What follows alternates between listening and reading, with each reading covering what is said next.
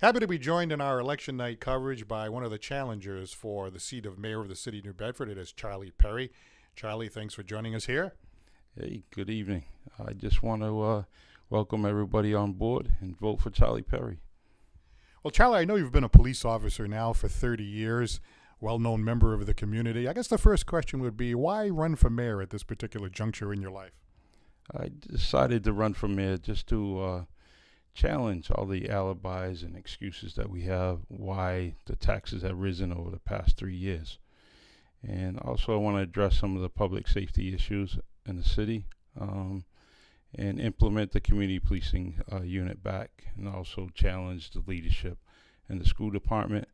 There's hundreds and hundreds of resignations through teachers and staff, and that's just a total disrespect and in regard to educated people like the teachers that want to stay on board, that want to educate our kids. We have to review that and look at that. All right, let's break that down a little bit. I did speak to the mayor about public safety. Some of the numbers have come in. They say that crime is down. Some people would say, well, you know what? There's a lot of unreported crime. There's a lot of stuff going on under the radar screen. What's your view? My view is crime has stayed the way it's been for the past 4 or 5 years. It definitely hasn't gone down. I'm a police officer. I work the streets every day. I see the concern, listen to the concerns of the people in the community, and crime is up. Crime has stayed that way. The stats don't seem to be true, and we have to review that and look at that. I don't know where those stats are coming from, but as a police officer, 30 years, crime is still up. And what is it that you're going to do about that if you get in? I would implement the community police unit. That was the safest point in our city. When we had the community police unit, they were around talking to people constantly on a shift basis, really. Every 3 shifts, there was someone that you could talk to, more than the quick conversation with a police officer in a unit and a police car. Community policing can sit down with you and listen to your concerns. You mentioned education seem to be very critical about the direction that the schools are going in. What do you think the problems are, and what kind of changes would you make if you were elected mayor? Well, first you have to listen.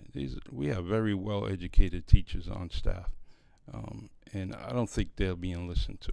They need to be listened to, and if you listen to them, there's going to be some resolution amongst the superintendent and the teachers, and cooperate and get those solutions in place. And that's what I want to do, is communicate with teachers.